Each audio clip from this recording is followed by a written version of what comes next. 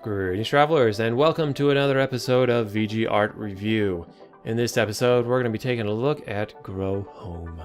Grow Home is a platforming adventure game featuring the lovable botanical utility droid, also known as Bud. He is tasked with traveling to the surface of the planet below to grow the star plant and harvest its seeds for your carrion ship computer, Mom. Grow Home is a small game created by the Ubisoft Reflections team. It originally spawned as an experiment in procedural animation. It was kind of passed around the office and caught enough attention that they decided to dedicate a little more time into making it a fully fledged and polished game. From the first view, a very polygonal, cartoonish style is established. The style plays well into some aspects, but it does create some problems in others that I'll get into a little bit later on. While I wouldn't call the style minimalist, I would say it uses minimal geometry to describe a large variety of the objects in the world. One aspect I did notice was its varying use of polygonal detail as sort of a focusing method to draw your attention to certain places or things, sort of in the way a depth of field with a camera might. In particular, much of the floor possessed a greater detail, which was important in the case of those plants who might provide some sort of like springboard mechanic to aid in reaching those higher locations. The simplified design creates an atmosphere reminiscent of a child playing in their toy box, especially in context of Mom's messages and comments. The plants are your toys and the world is yours to explore as you wish. One mechanic that benefits from this simplicity is the growth of the star plant. The star plant has the main trunk, whose growth is automatic and grows in sort of a predetermined way. Then there are various shoots kind of scattered along it.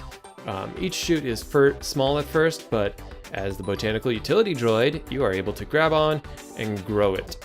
You can control its direction as it grows and extends, enabling you to create more pathways to reach the islands that perhaps lay further out from the main trunk of the star plant. Because of the polygonal style, the random growth of the shoots do not really look at all out of place or create any kind of obvious seams between the predetermined trunk and itself. The downside to the style is that while moving at greater speeds, such as while you're falling from a higher distance or perhaps diving with the glider, the sense of speed just kind of isn't there. From a distance, I just kind of felt like I was moving through syrup as the islands drifted by in the distance. They do try to use a few tricks, such as like wind lines or random butterflies in the air to help give you a sense, but I don't know if it quite does the trick.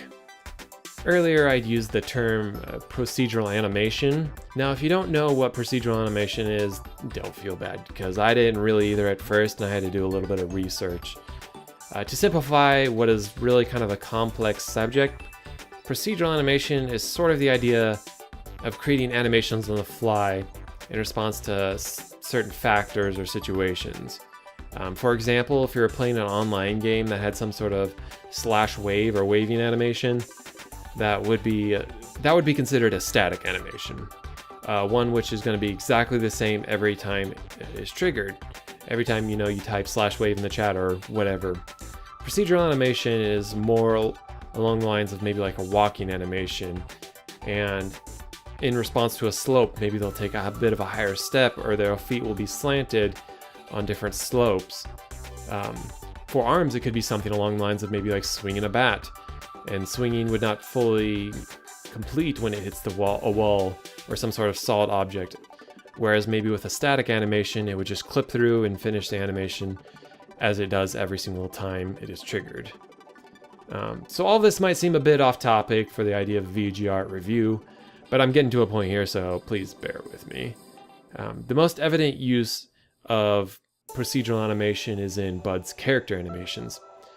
For walking, it's an interesting, but I think it's ultimately inconsequential in the larger scope. The floaty movement, I think, was more of a style choice and perhaps didn't necessarily wasn't as a result of the procedural animation. Where it really matters is with Bud's arms and the subsequent climbing mechanism which they created. So using a button for each of Bud's hands, you can grab onto really just about anything. You will generally reach out in the direction the camera is facing, so that by looking in your intended direction and alternating between hands, you can climb quite rapidly with a little bit of practice. The climbing mechanic itself is rather solid, but the polygonal style with its flat shading interfered with it in certain circumstances. Right off the bat, you're provided with the ability to choose from a couple of different skins for Bud. which are really just color changes. One in particular was a yellow skin. When I first started Grow Home, I chose the yellow skin because, I don't know, team instinct, I guess. And I found that while climbing around on the sunny side of the star plant, it was often hard to differentiate between Bud and the plant. It was simply fixed by just changing to a different skin, but it seems a little bit of an oversight when so much of your time is actually spent climbing the star plant. And as a side note, I am working on a calibrated monitor. The second issue with the polygonal style was a bit of a give and take. The large flat surfaces often created clean surfaces for climbing on. However, it came at the cost of harsh transitions between the faces that proved more of an annoyance to the Spider-Man-like climbing and less of a challenge factor. There were some cases in which two faces were so close to the same shade that I missed a grab and I fell because I didn't realize that it was a different face at a different incline to my current one.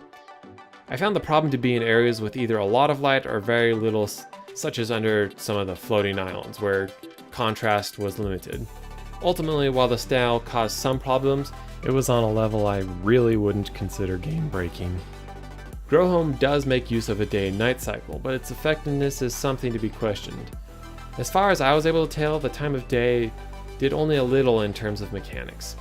The issue with speed, as I mentioned earlier, is only exacerbated by the presence of night, when it becomes much more difficult to pick out detail. This lack of detail also plays into climbing. You can't properly see the contour of many surfaces. I sometimes found myself waiting for daytime just so I could properly see where I was going. There are a couple of things though that I found specific to nighttime that stood out. One is that I found some glowworm creatures that I might have otherwise missed, as their green glow stood out against the dark backdrop. Secondly is that the crystals have a little bit of a glow to them, so when you're hunting for them, it can be beneficial to wait until nighttime for your flyby, so that they stand out a little bit more visibly. Lastly is that in the data log, I found one creature, it mentioned something along the lines of it loving the dark. I didn't really fully investigate what that actually meant, other than the fact that I found the creature in a dark cave. And perhaps that's all it was meant to indicate. In the end, I had a hard time feeling like the pros outweighed the cons. Maybe something along the lines of a limited duration night vision mode could have alleviated night problem. It's hard to say for sure.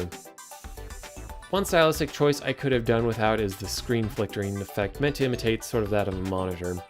It only happened on occasion, and maybe it was meant to suggest that you are actually the ship's computer and you're just sort of watching Bud perform his duties. But either way, it only served to kind of irk my eye and kind of jar me from an otherwise clean experience.